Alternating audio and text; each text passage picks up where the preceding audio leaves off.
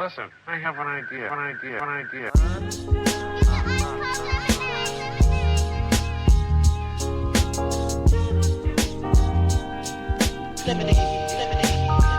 how I feel when you make lemonade. Whatever today has given you. 511 headaches, still call it Thanksgiving. True.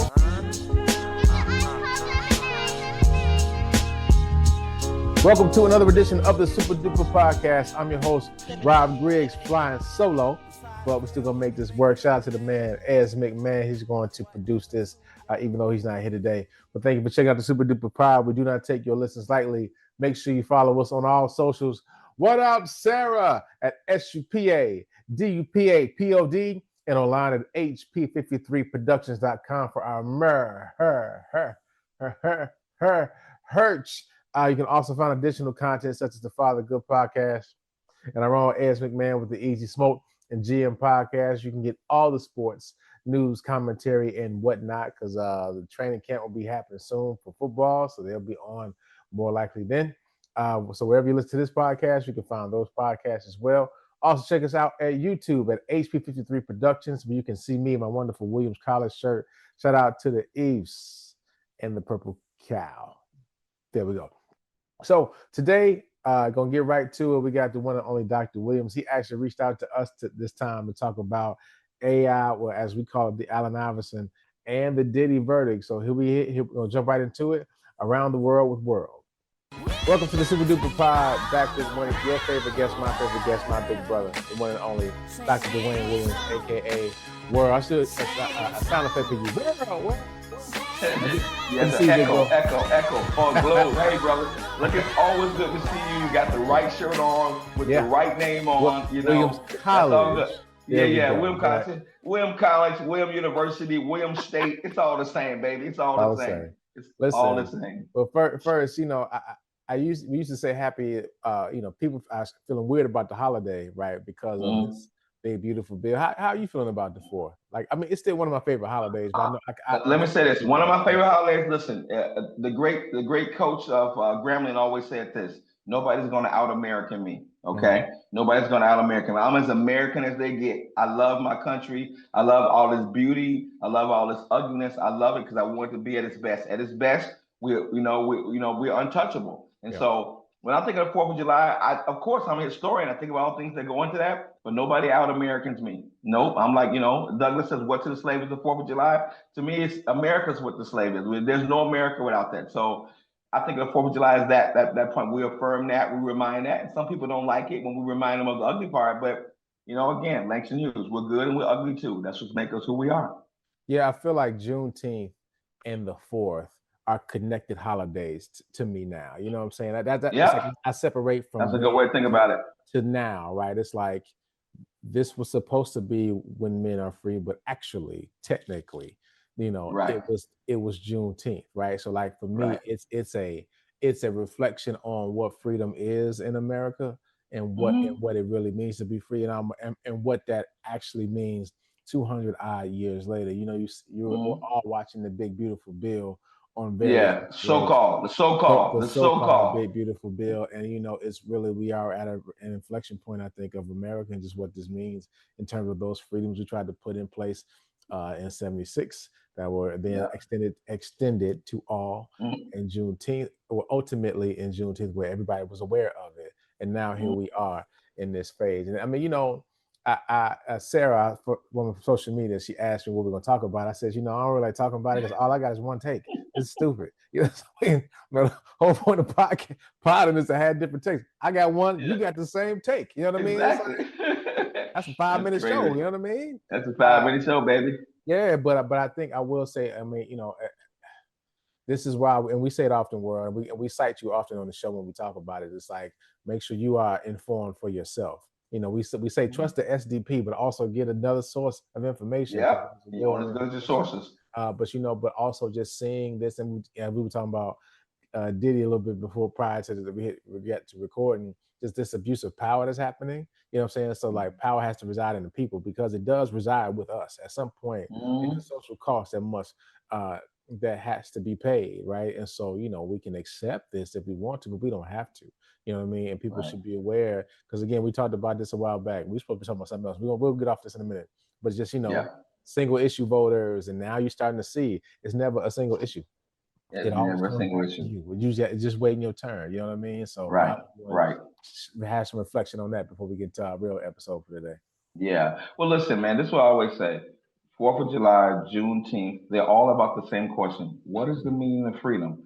I love Americans, plural, because we actually are engaged in that conversation. The people who I disagree with, as long as I'm engaging with them, I'm cool. What is the meaning of freedom? Right? And we got multiple answers to that. And when we're engaged in it, it makes a big difference. It's the meaning of freedom that people will get to be treated fully human. Doesn't mean we validate people because of who they are in terms of their identities. I mean, but we're all asking that question. And the 4th of July is about that. This is our 249th year as a country. Next year will be 250th year. It's going to be a big bash, a whole big conversation about it. We, of course, I'm sure at some point we will come back to that on this podcast and talk about it. But the reality is, it's still the same question. It's the same question I ask all students, whether they're teachers, whether I'm working with business people, I ask them the same question. What's the meaning of freedom in your business? Yeah. What does it mean to be a successful businessman? It means to be free to make the choices you want to make about your business. Your school teacher's the same.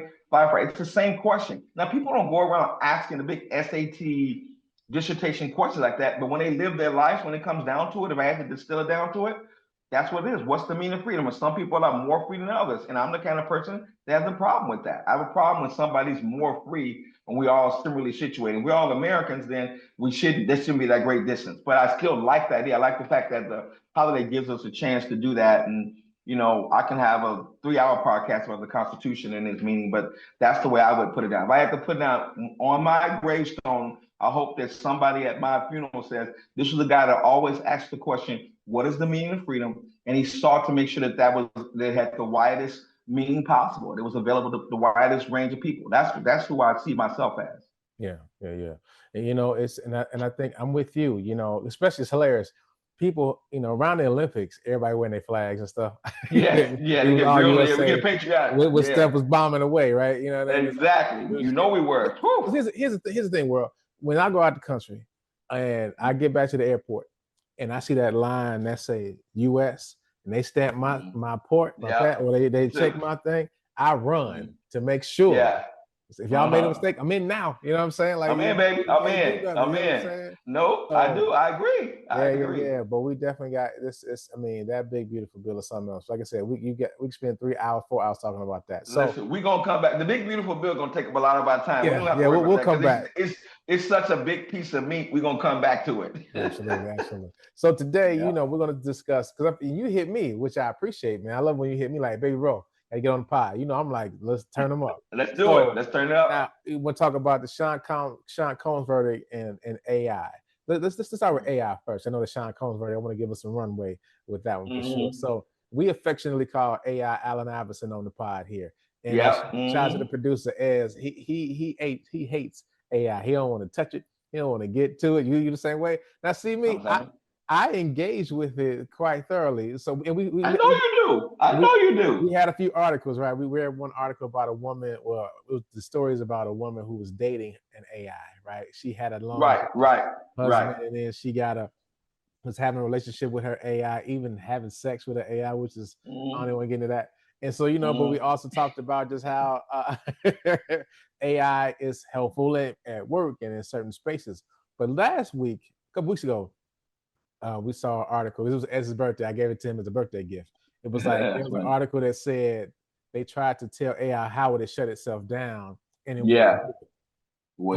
started sabotaging the person that was inputting the information. You know what I'm saying? Like sending fake emails, trying to sabotage. Right.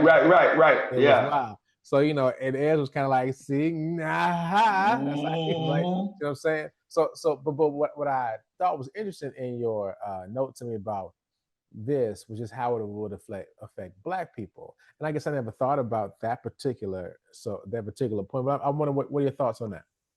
Well, let me start with this. I'm going to introduce a word that I want you to know. I want you to look it up. All right. I want our listeners to look it up, or viewers, which is the Luddites. Do you know who the Luddites were? No.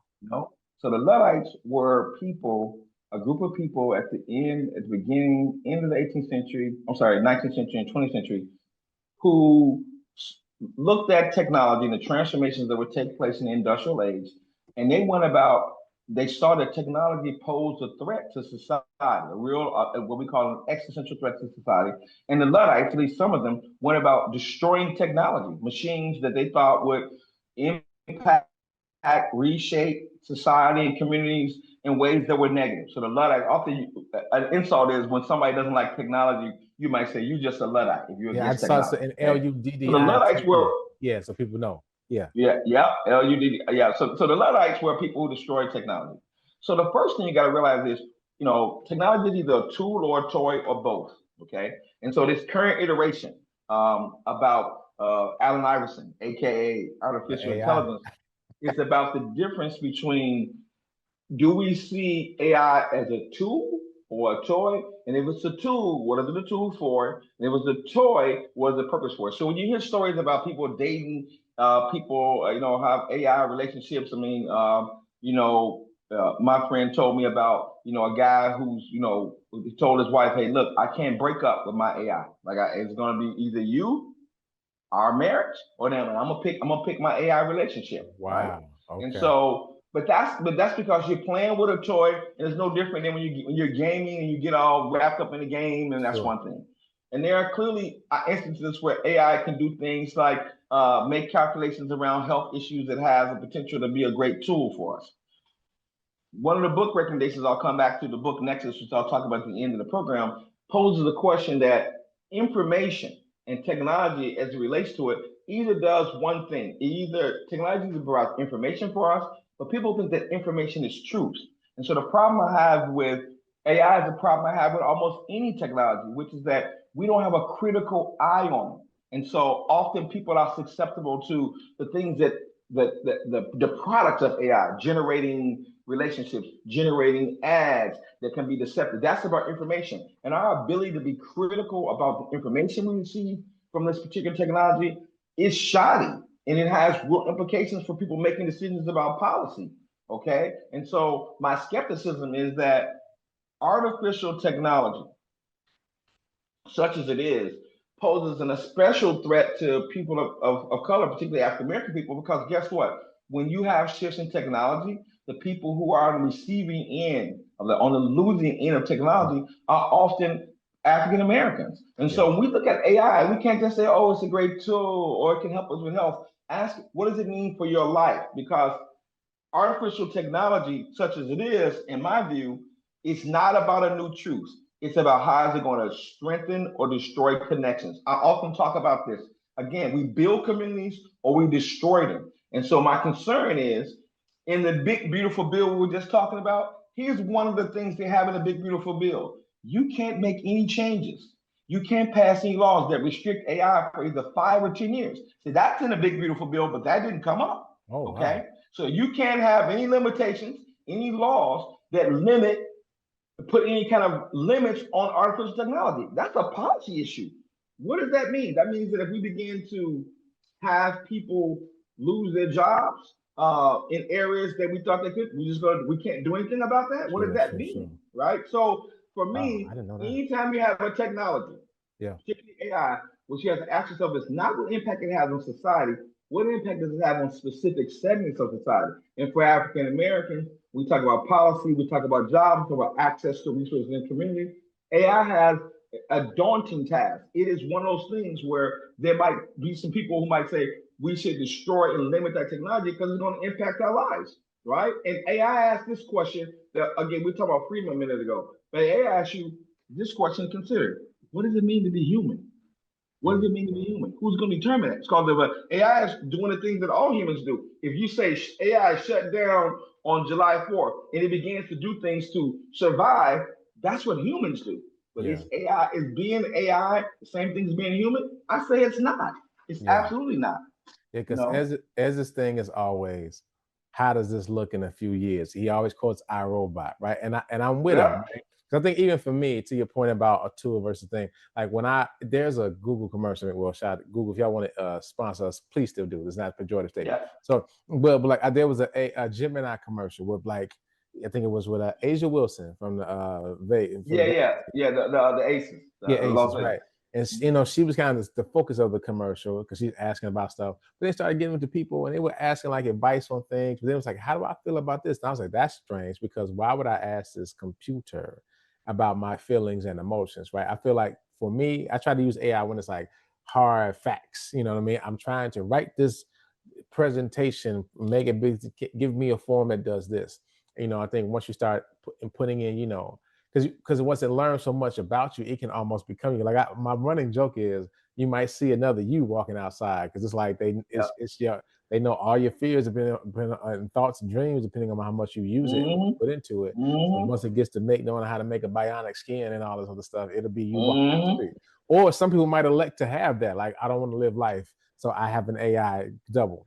But I think you bring up a good point just about how, you know, if this technology, because somebody is benefiting from all of this, as usual, right? As you said, with any technology, it's the people usually have the money to fund these operations, right? And put these cooling centers and all the other thing they got to have all in place. And it usually strips away from people who like will ultimately be affected by like these lower skill jobs. I don't mean low level.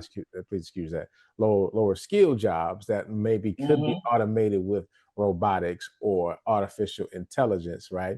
And now these people don't have the ability to have an entry level role or be able to do something in society that will then allow them to move it along. So yeah, for sure, I see what you're saying there. Yeah, but I'm saying something even more. I'm saying that AI doesn't just pose to those people who may be low skill, have low access technology. I'm talking about, would you be comfortable with AI landing your plane? Would you be comfortable with it running your trains? Would you be comfortable with it running your schools? I work in a school where I tell people I have students who lack foundational knowledge. So if I go to Chat GPT and I ask the question, I'm asking the question rooted in my training as a historian, as an educator. Okay, and I'm asking particular questions that might make the tool give me something. But I'm not taking that response as the only response. I'm tweaking it, I'm putting my touches on it. But if you can't read, if you don't have full literacy, math literacy, scientific literacy, historical literacy, the questions you ask are just going to be the kinds of questions that you may ask to someone who lacks skill. So when I let students have access to that technology, I learn about a lot about what they don't know, questions they don't ask, silences that they don't have. And now we're at the point where even entry-level teachers, I had a teacher, we had a vigorous and great conversation about AI when she goes, well, you know, I use Chat GPT to have it write responses to parents to me when they write me an email. And so I asked her, but did you tell the parents that? Right? Because the parent is asking you the question. And you write a response that says, AI, write a response to a parent that has this thing, you know, that has this concern. And they write a response. It's a pretty generic response. It's one that parents might get if they're not, pushing too deeply. So it's not just low level jobs. At some point, I see that people who are doing what I call crucial foundational jobs, are you willing to give that up? And if you are, what does that mean for us, for society? What does it mean if you are flying the O'Hare and AI has said we can do that more efficiently, we can do that better? Would people really be okay with that? Right? Are they really going to be okay with that? Again, when I hear you talk about tools, you say, hey, I have a question, I'm working on a project, it helps me frame it. Okay, but if you just stop there, then what you've done is you ceded far more control over the technology. There might reasonably be said, because if the technology can do what you do, then why do we need you? If you saying this can frame it and you just leaving it where it frames, then we don't actually need the human component. And I think we do need the human component because there are questions that might be asked and nuances that might get missed. And no matter how perfect, how much we perfect AI, keep this in mind that the input, that the data, that the ability to do anything was still generated by humans, right? The AI isn't something that is inherently involved. It's not organic. It's that it's been something that was created by humans. Yeah, but let me ask this, just for the sake of podcasting, right? Like, okay, remember when when it was like emails became a big thing, and instead of like folks stopped faxing because it's like you don't need to go have a whole separate machine, right? And it was this fear of, well, we're cutting out different things because now everything is digital, right? Everything is it's no longer paper. We don't need people to file it. We don't need people to send it, right? We have it all, and so now you move it along a few years. It's like, oh, this digital age works for us to a degree, right? We're able to maybe house more information. So why can't let me ask, do you think AI will have that same positive trajectory, or do you feel like AI is a little bit different of a monster? Well, I think that both of them are different kinds of monsters. Think about cell phones. Yeah. What's the biggest issue about cell phones now? Taking cell phones out of the classroom. Yeah. When I ask students to engage in a conversation, they can't do it. Yeah. If I put 5 adults, 5 children in a room and they have their phones, they look at the phone. Okay. Yeah. So you say, is it more efficient? Can we do things? It does make things easier. But the question is, at what cost? What is the social cost of that technology? I'm suggesting that the cost of using AI has a profound and enduring impact on society that's too high. And I'm saying that we can see that not at some big kind of Armageddon level, at the level that I'll go back to what I said. Technology is about connection. We're not connecting at the human level. People are we talk about social media, the impact it has on our ability to be connected and disconnected. Do we have more information? Is the scale of information better? Yes. But at what cost? Yeah. At what cost? All right. I mean, again, I can think of 1,000 ways that technology can be great, AI can be great. But the issue for me is the net gain for that. Do I want to be connected to you? All right. If I was talking to you on a rotary phone, on a telephone, by letter, in person, those all have implications. And societies are sustained by the connections that we have. Yeah. And that what AI does in the current version of technology, whether it's social media or whatever it is, what it does is make those human connections more difficult. And for me, as a social historian, that's deeply problematic because we may reach the point where the work I was doing on oral history, I don't have to do it anymore because, again, all the information will be collected. I can go on that place. But what I can't do is understand what's the human cost of apartheid or civil rights movement or whatever the issue is. I can just have AI tell me that. I can have the have something be a stand-in. And there is no stand-in for the power of humanity. There just isn't. And so again, I don't want to poo-poo it and say, oh, it's bad. It's not that it's bad. I think that's too simple. I think the better question is, what is the cost of having AI in terms of work, in terms of life, in terms of our society, big or small? Yeah, now I can see this point because again, I'm still pro AI, and that's we. I know that's okay. We're gonna swing you back. We're gonna swing you to the right side. Join me, and together we can rule. The humans can rule the world, and not the machine. But I will say this: I think when I was kind of bringing up that example about it changed the previous technology, as you were talking about, it's like, well, that technology just was more about the delivery of information, right? So they take a letter, take even the original mail, right? Before the post office got big and trains, like to write a letter to somebody and it might get to them 2 weeks later, right? Now you fast forward, it became the delivery of information is the way that process is a lot shorter. I can send you a text from around the world, right? Anywhere. And you can know how I feel about you. But I think AI is the generation of information. It's not the delivery of it. So, and I think that's the part that gets scary because even I have to watch myself. Like there are times that actually happened at work the other day. AI, they have it built into our computers. Right. It always pops up like, suggestions. So you write a letter, it'll say you need help with the letter. And I was like, no, I'm cool. I'm Rob Griggs. I got this. I'm typing up the letter. I'll pop it up. Are you sure? And I turned to my coworkers because I was like, I said it in colloquial terms what I needed to say.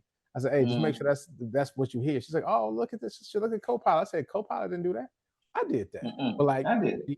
But everybody is now writing things and generating information. But it's an intellectual laziness. Yeah, and I saw there is an article that showed that there is some deterioration in like how we generate ideas and whatever the part of ideas that is dissipating because people are just relying on the AI to do it for them. Let me put it to you this way. Every year I teach about Civil War Reconstruction. Every year. Okay. You know how easy it would be for me to say, hey, listen, Here's what happened in the United States between 1861, when the Civil War began, 1877, Reconstruction ended. Okay, I could just tell you, I could generate it, and you could read it. But what you don't know are what you can't tell me is, okay, you can give the background information. That might be helpful, right? But it doesn't tell you about the human experiences, the nuances. What does Douglas do? What does Reconstruction mean for Black people? What does it mean for white Southerners? How do you get at that if all you have is the basic information? If I generate something that allows you to get to the information quicker, so the efficiency of it is there, but still you have no way to think historically. You can't make sense of it. You can't interpret it. So just because I've given you all information, I've made it accessible. That is, I've delivered it quicker. I've made it easier. Well, I've generated. I can have you ask the question. Say, each person ask one question about Civil War, and let's generate that. But once you get that generation of knowledge, that construction of knowledge, what do you do with it? Because what we know from our research is that when social historians and social researchers, social scientists do research, this is the one thing that they have a general agreement on. Students and humans construct meaning through social interaction.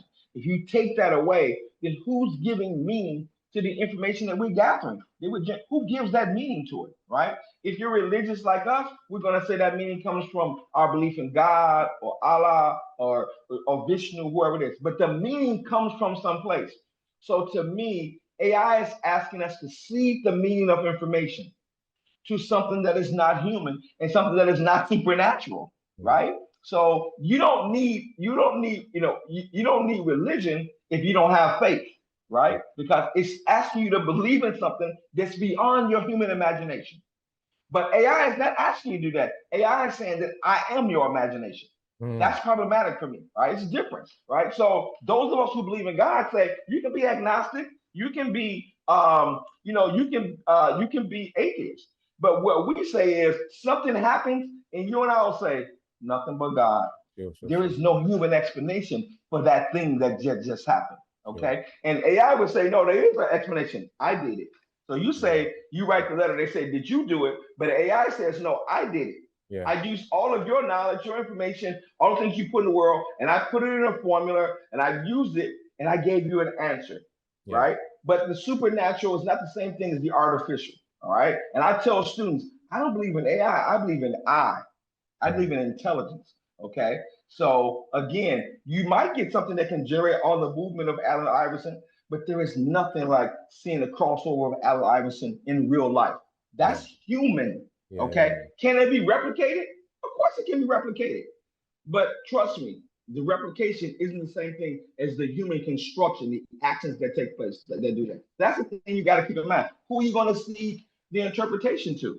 And who are you okay with doing that? Now, right? And we know that. Go ahead. No, I'm sorry. No, I was going to say, no, finish your point. I won't forget. No, and I'm going to say everybody's okay with that until we see that the responsibilities of AI take over things that we're uncomfortable with. Because just like when you saw those Doge letters and AI generate all this stuff, we saw all the mistakes and nuances there. And that's fine if it's a letter, okay? But it's not fine if you're landing planes. It's not fine if you are using it to deal with your transportation networks or your school systems. I don't know if people are willing to do that. They might be. Some people might be. They might say that's efficient. That's a good way we can save money. But again, at what cost and who decides what means? Those are the two things you got to ask yourself. What's the cost? What's the social cost? Not just the financial cost. The financial costs are real. What is the cost broadly defined?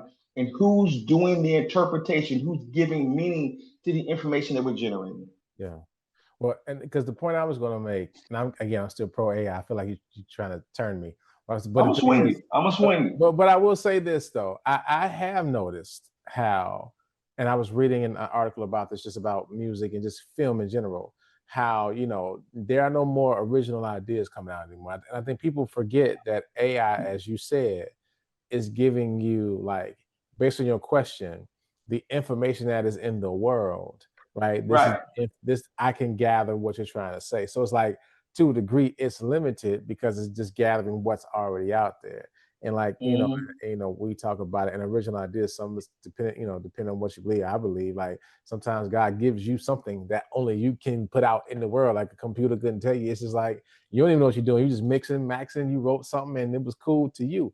And so I think I will say AI does kind of limit the originality that we would have before. I think that's why, using it as a tool it has to be the way. Like, again, I try to make sure I'm using it as a supplement to whatever creative thing I'm doing. Like, I've done it for pod. It's like, got questions about this. It'll give me a couple, but it will jumpstart some more that I have. Right. I try not to take it straight from the results, right? It's like, no, let me read it and massage it a little bit, or but you're the exception, not the rule. The point is that most people are going there. It's their first line and only line of defense. So you are a highly educated African American man with a certain level of lived experience, and so you're asking questions and you are using that tool as a stepping stone. Okay, but you got to ask yourself, would you trust that? Who would you trust that with? Is everybody doing that same thing? And when something's wrong, how are you going to do those things? When AI does two things, let me give you two examples. If AI generates, they had a New York Times article about how AI has become so sophisticated that now they've been used to shape and define the outcomes of political campaigns in Western and Central Europe. Okay, they did a survey. They gave 5 examples, and no one could actually identify the human-generated commercials versus the AI. That's one. Secondly, just today, I think it was on CBS morning show, they gave an example of the top one of the new music groups that came out. It was an AI-generated group. Wow. Okay, all the music had been generated, and what I thought was very telling was the host said, that music sounded like, it was kind of like an indie pop kind of sound. And it was clear that it had drawn resources from all those indie pop sounds and had generated something that would have been familiar to someone who's interested in that genre of music. It was great music. It was interesting music, but it wasn't original. It wasn't human inspired. So again, AI is the broadest definition of the available human resources, but it's drawing from that. It's not generating things, and and I shouldn't say that. It's generating something new and different based on the input that comes from what humans have generated, which is why the New York Times and other outlets are saying you can't use our stuff to do two things: generate a response and then actually capitalize on it. So you're going to sell your AI model to someone based on the fact that the New York Times or some other resource has generated this knowledge? How do you profit from that when you didn't actually create the thing? Whether that's voice, whether that's music, right? Because music can be good or bad, right? But the connection to it grows again from humans. Who's evaluating that? And I think that's the hard part that people can't get on. We use AI as a part of our world. It's the same way that text messages are. I mean, I still write letters, but that doesn't mean I don't send texts or I don't send emails or I don't send faxes. I use all the available resources. But you and I are critical thinkers.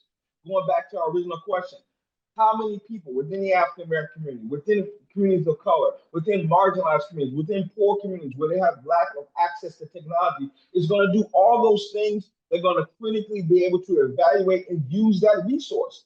Yeah. And it can't be that we're reacting to the consequence of that. When we realize, oh, my job is out. Oh, I can't do that. Or something is doing that in a way that makes me feel unnerved. I'm scared by that. Am I willing to give certain aspects of our society over to technology, even though I know about the information that comes from humans?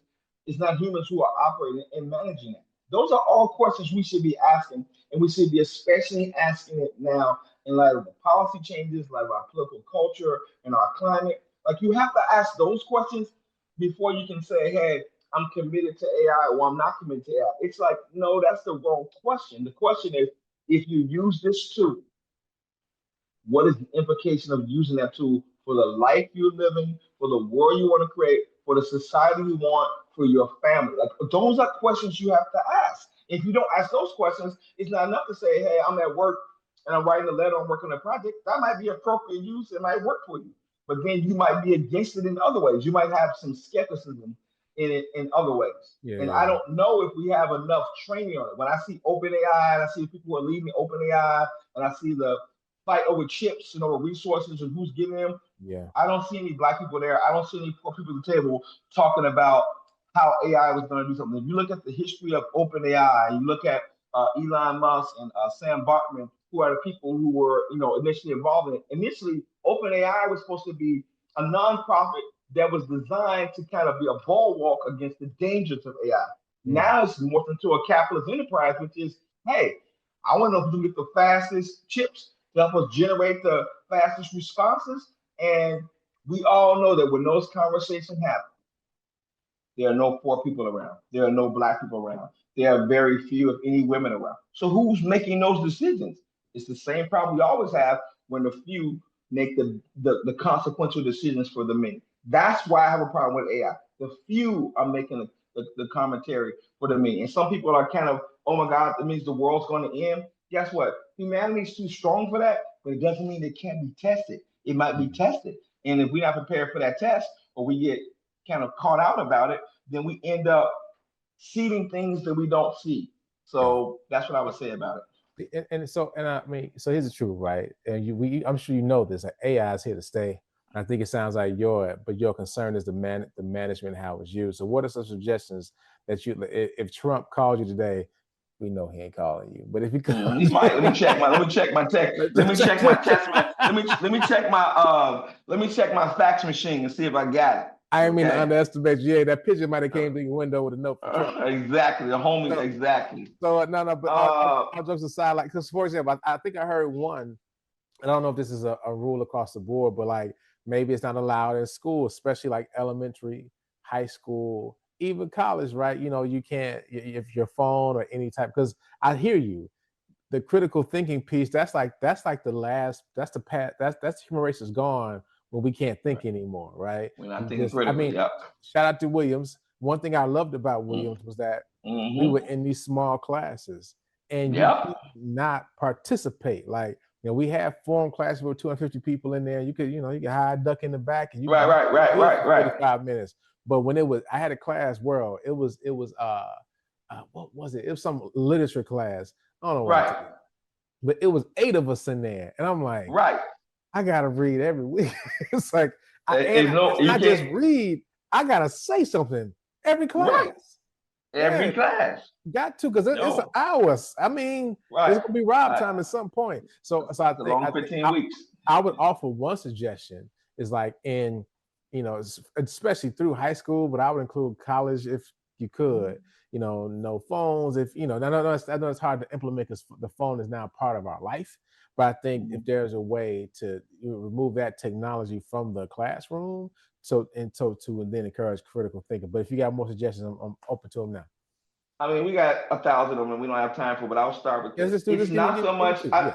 So one, first of all, I don't believe in denial. Denial is a river, okay? And so my whole issue is, it's a tool. When is the appropriate use of the tool? Having some shared, agreed upon standards about when the tool is going to be raised, going to be used in a school setting. That's AI, that's cell phones. So I'm a person who doesn't allow cell phones in my class, but if we're going to do it, I say, hey, okay, today we're using a cell phone for a specific purpose. Sure. Okay, that specific purpose can be, often I'll have students doing interviews, so they have a voice memo on it. This is a tool that can help you do that. So if you're using it for that purpose, it's a great tool. If you're using to surf the web, to check on your Instagram page, that's not useful in the context in which I'm trying to teach and learn. So to me, having some agreed upon ways when and how the technology will be used and for what purpose, that needs to be done. Right now, you can just turn your iPhone on or turn your smartphone on and you Google something, and now you're generating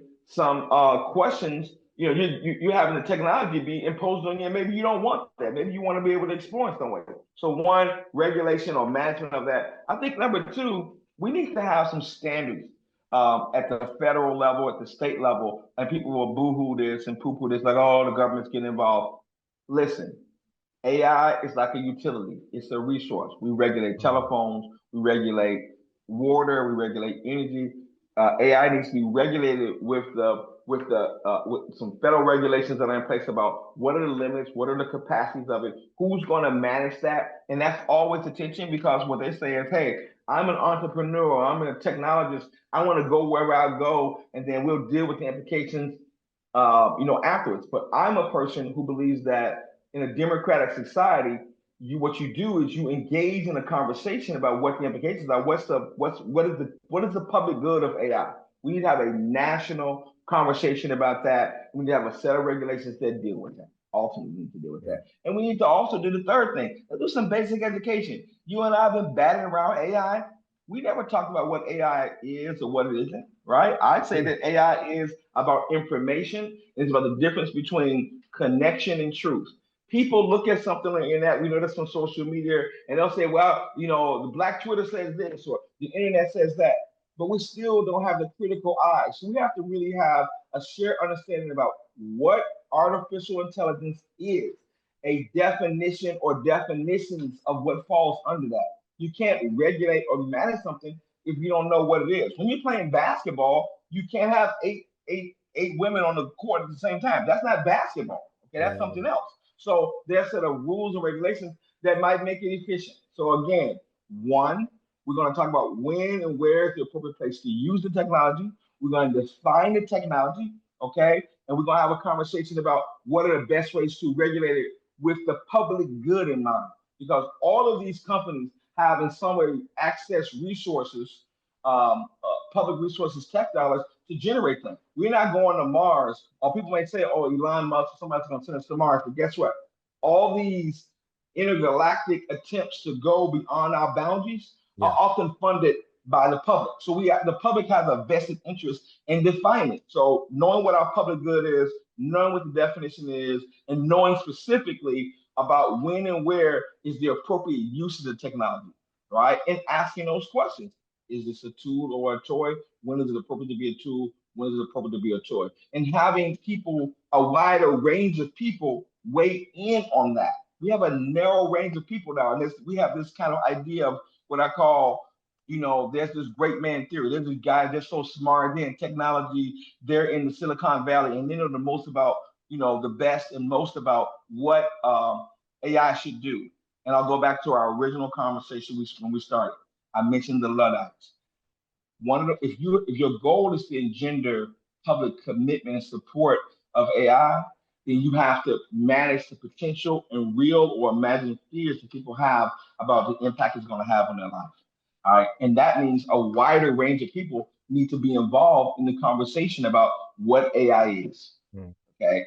And if you have a narrow conversation, sooner or later, guess what? People either think, hey, I can become one of those people. I can become a billionaire, right? I can become, Warren Buffett. I can become Elon Musk. And so I'm okay with letting it be unregulated. But when you realize there's limits to who's going to get in that group, then you start thinking, hey, I got resentment for it. So that resentment's potentially going to be there as long as you haven't put into that equation a wide enough range of voices who are saying what it means for us.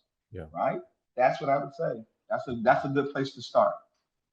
So then I want to use the last few minutes to talk about our other topic. We talked about a little bit before we were officially recording, but still want to jump back into it. And that is the verdict from the Diddy case. So it's funny. I've been watching Presumed Innocent on Apple TV. Have you watched this? I've seen. I've read the book. I've seen the original movie, and I've seen the I've seen the recent one. I don't know if you saw the end yet, so I don't want to. I watched all the way through, and spoiler alert. Didn't see it coming. I just didn't. I know. Did not. But what it showed me is just, and what it reiterated, I should say, is that we talked about it before. Like, the legal system is not necessarily about the truth per se. It's about what is in. There are certain rules and regulations. Like, the biggest thing, you can't just say stuff in court. It has to be introduced a certain way, and that's why lawyers make a nice dollar depending on how they do it. I ain't mad. I'm not mad. They know how to shake it and move it to really make it right. Yep.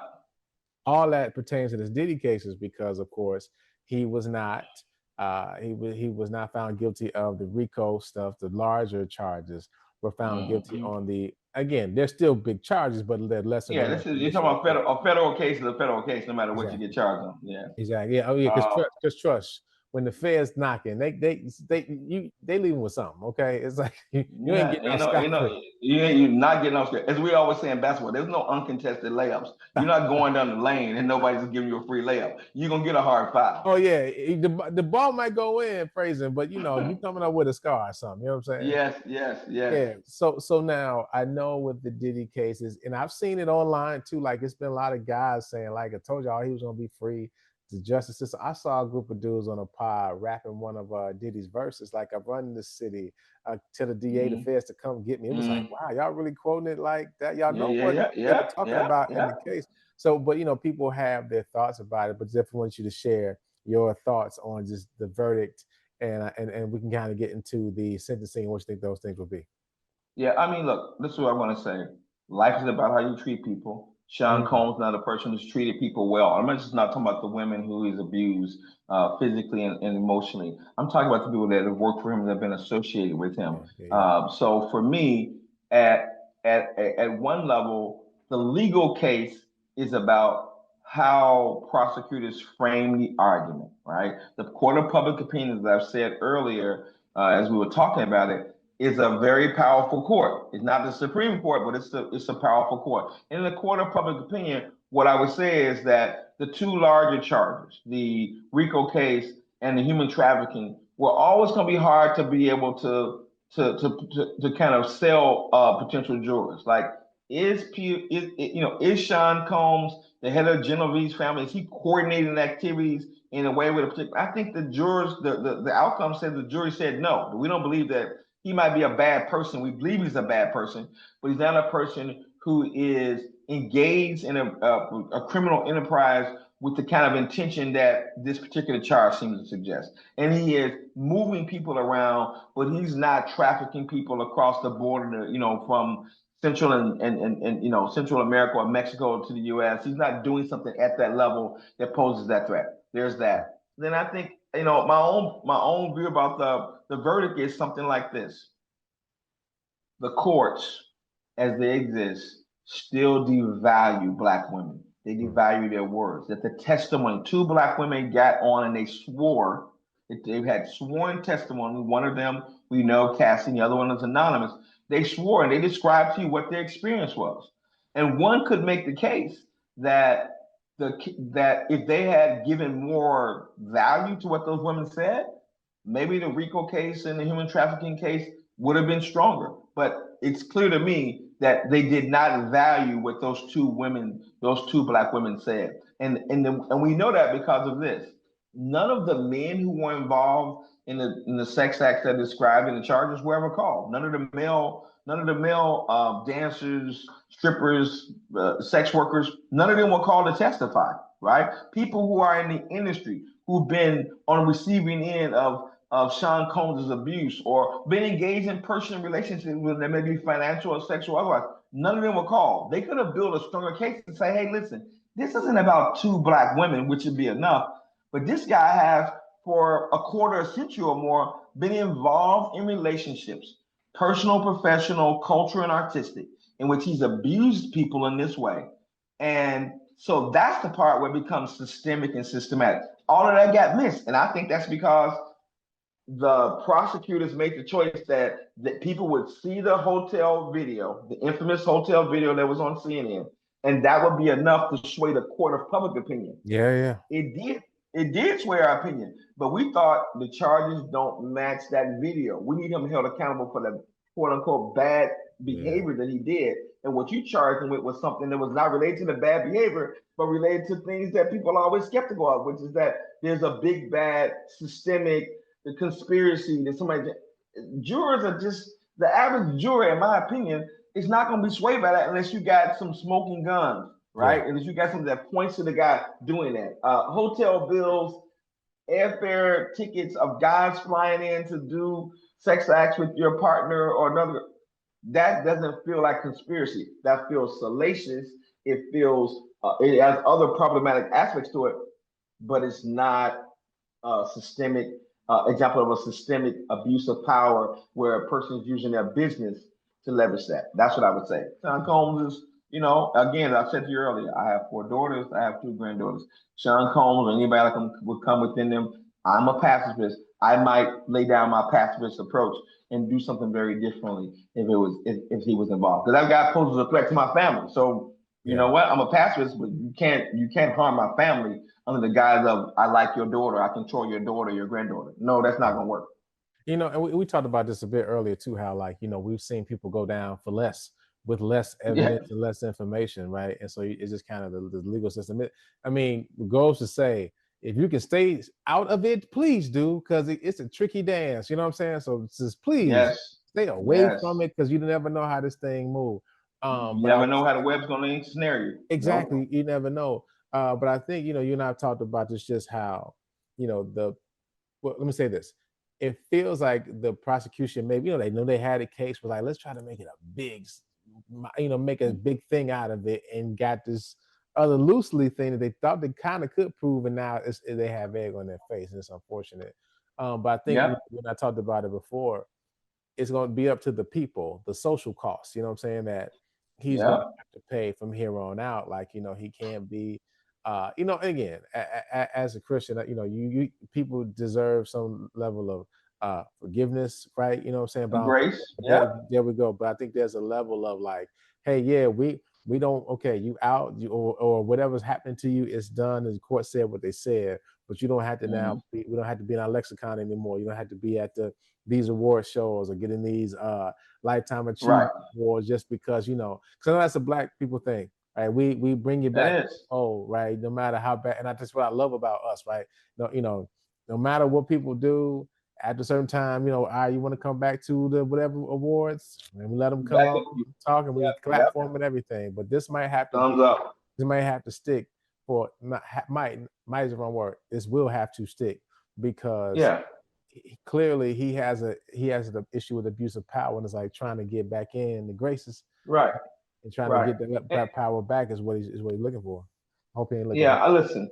I think that people like the salacious details, and anything about sex and culture and hip hop is going to draw some attention. Yeah. But at one level, what I would say is that we have a moral yardstick within our community, right? And we don't validate things, right? This isn't even about our political views. There is a moral yardstick, and I think that at the core of our culture, broadly defined, and there's no singular African American culture, but in that culture is this sense that there's a profound and abiding sense of what's right. We don't think what Sean Combs did was right, and we don't want to have the cultural spaces where we validate the things that I write about. So it's the BET Awards or some awards. What those performative, rituals are about is validating, like, this is the best of who we are, right? We give Lifetime Achievement Awards that somebody's embodied something that's the best of who we are, not only thing. And so now it's at the point where there has to be some amends, there has to be some humility, there has to be some acknowledgement that you've done real harm, not just to those human beings that you devastated physically and financially, but to how people view the possibility of Black men, Black masculinity, relationships with women, all those things. Because here's the thing, you become the harbinger. You're like the standard. So there might be people who are doing lots of positive things.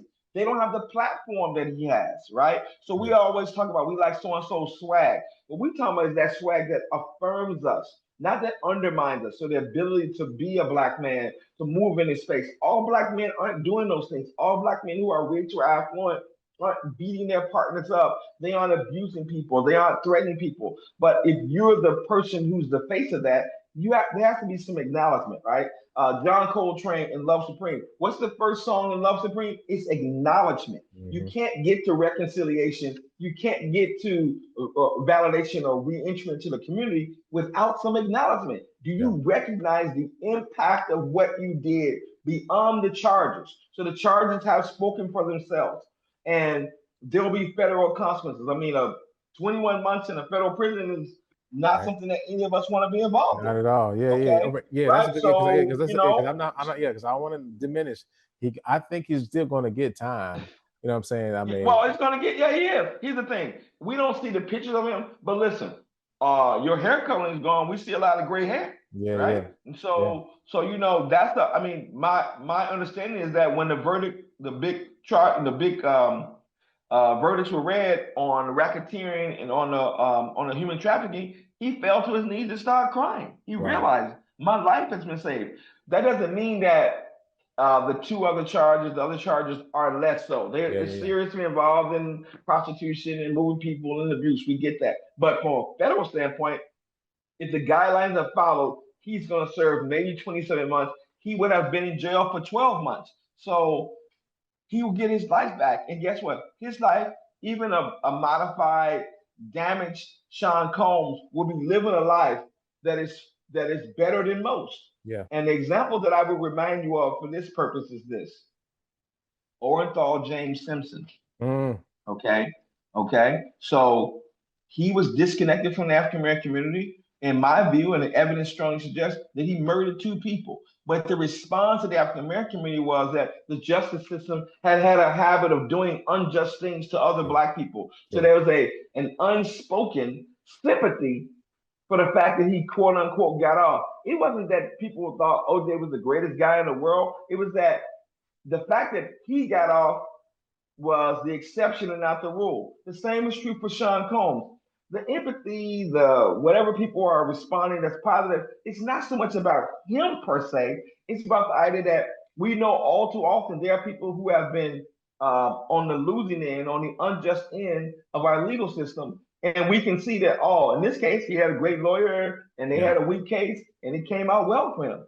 Yeah. But trust me, there are a lot of people who have less great lawyers who have a crappy case and they're doing legitimate time. You know, they're doing time, you know, and they're not getting out. And it's not gonna be 27 months from now, and there's nobody's asking questions about them. So that's the thing I don't know about him. I don't know if he has the acknowledgement. This is about that. This is really about, from a broader sense, as African Americans, who are we going to validate? Who's going to be the person who's the harbinger and the taste masters of our culture and what we see as valid? And I don't think Sean Combs is somebody who should be in that, in that realm of people. Yeah, I just hate that. You know, it's as I talk about a lot. Do you got to be weird when you get rich? You know what I'm saying? Like it's like no, you don't have to be. Like look at brother, like Steph Curry. He's paid, normal guy, just living life with his wife and his kids. You know what I'm saying? Right, so like, right. You don't have to be weird. And here's the thing: we within the African American community, we give such wide variance to that. We don't expect you to be one thing, but if you're outside the boundaries of even the most creative, flexible, and non-judgmental version of African Americanness, of Blackness, if you're outside that, that means that that's a commentary about you, not about us, right? So what we call it weird is, wow, man, we give you a wide variance. Right, we let you wear the clothes you want to wear, the colors you want to wear, the lyrics you want to say. Okay, we give you all this stuff, and you found a way to go beyond that. Yeah, that's about you, and so that's not about us. And I don't want it to become about us. So Sean Combs can't then stand in for me or for we or for what we represent culturally or for hip hop culture. I don't think that. In my own view is this: I was never a fan. I never thought he was an originator of hip hop culture, but I think he's an impresario, and it would be dishonest to say that he hasn't had an impact on the conversations we've had about hip hop culture and those kind of things. But you got to give him his props, right? You got to give him his props. Right. To not do that is a kind of denial. That's unfair. Like you can say what you want to, but all those nicknames he has, all the artists that was in his stable, all the people that he shaped and defined and guided, there's a reason that he became a brand ambassador for vodka and a brand ambassador for this, because he was associated with something and he was the person guiding it. What we don't know, we won't know for another 5, 10, or 20 years is what's behind it. What was behind Bad Boy Records? What was the human cost of that, right? And guess what? People are going to tell their stories, but the things that I've heard have not been encouraging. But that doesn't mean he hasn't had an impact. So has Clive Davis. So has, so as the founder of Motown. I mean, again, we're good and we're ugly too. This is the ugly part of it, and it can't be this. It can't be a stain. It has to be something that's a commentary. It's something that exists. He did these things. He was involved in these things, but it has to permanently stain the culture. Yeah. All right, well, I appreciate you as always. Before you leave, you know what you got to do. All right, let's do it. You started, so I'm gonna finish. So look, I'm gonna give you. Now listen. I often give you books, and you say you're gonna get them, and you might not get them. So I'm gonna start with something that's so easy that you gotta get. Okay, Yuval Noah Harari's book Nexus. Okay, Nexus. You have to listen within the next 72 hours. You have to send me a picture with Nexus in your hand. Okay, gotcha. You have to. Nexus is a book. The best way to describe it is it's the history of information. Okay, from the Stone Age to AI. Okay. That's Nexus. All right. History of information. You said Yuval Noah Harari? Yep. Okay. Harari. It's called Nexus. Yeah. Okay. It's in paperback now. I think it came out 2024. It's called Nexus. It's the great kind of, what he does to me is he takes all this information about information technology, the whole conversation we have, and what I love that he does that's really good is he does this thing where he does equal part kind of analyzing things, and then he blows your mind away like, yeah, I never thought about technology in that way. I never thought about AI in that way, or email in that way. So he gives us some historical context. It's a really accessible book. It's a great piece of what I call pop history culture that can help you understand this conversation we were trying to have today about AI. So Nexus is a book you have to read. I really do. I think that given your busy schedule, you should definitely spend some attention on the first and the last chapters, which was about AI in the beginning of it, and think about our friends, the Luddites. I think next time I'm gonna have my Luddite shirt on. I am a Luddite. I'll have it on. And then I'm torn. I've always got two books, but here's the second book. It's Kathleen Rooney's book, Old Democracy. Since we had the big ugly bill that just comes out, this is a novel that's about two senators from our great state of Illinois. It's 2008. She's writing a book that's part funny, part a critique on politics and citizenship that asks us some difficult questions about what happens in this world when politics begin to take on both. It becomes the theater of the absurd, but then becomes a kind of exercise in realism. And so it's a really nifty novel. I always think it's good to have a good book. What's the title again? It's O, Democracy. Got it. Okay. Okay. O, Democracy. Kathleen Rooney, O, Democracy. Citizenship, Politics, a novel set in Illinois, 2008. Okay. Two senators. The protagonist works with one of the senators, and then what happens when you see the kind of things unfold. And so I think, given what's happened with the big, beautiful bill, we might want to do that. But of course, it's the summertime, and I think I recommended this book before, but if I didn't, it's called Open Water. Okay. It is the most lyrical, poetic love letter to Black love in a city that I've read. It's a new novel by Caleb Azuma Nelson called Open Water.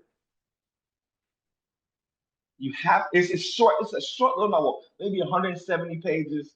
Open Water. I'm telling you, you want a lyrical, poetic, it's a novel that captures, it has all these great references to African American culture and books and music and temporary stuff.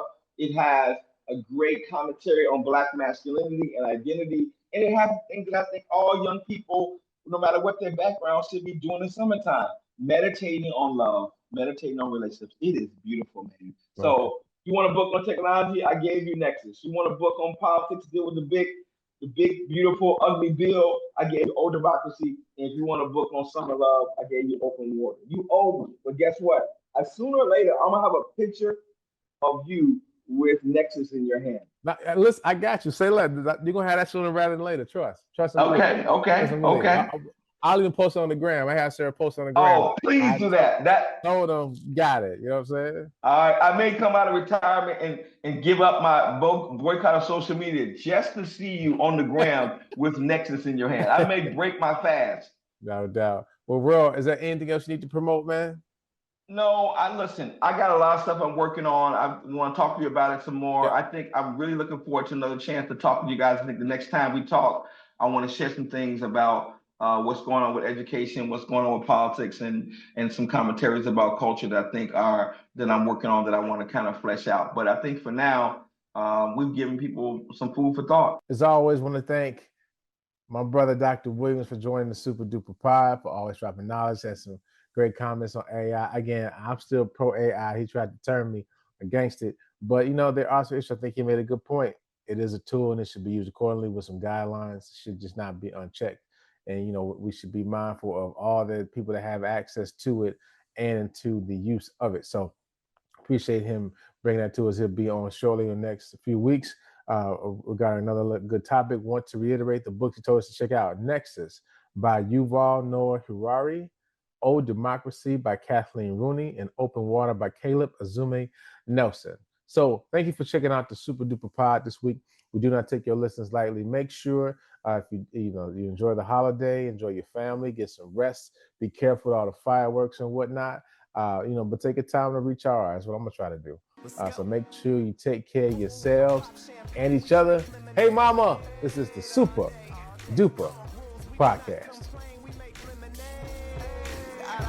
That's champagne, real pain, champagne from you and I. Wait, you and I? Now that's champagne if you was I. Would you be off on this campaign? Is it suicide? If you know that bringing hope here is how careers die. Or do the K stand for kamikaze? The J silent is everywhere, you can feel them probably. Surely, lately, I've been up late with demons in my basement trying to get me to hate this. Life thinking I should be further and then I choke up. As soon as I got silent, then the truth spoke up. This said, how you know you ain't perfect? Let that soak up and soak in. You know how you know that you blessed? I woke up, feeling oh my God, feeling myself, know why? 'Cause I woke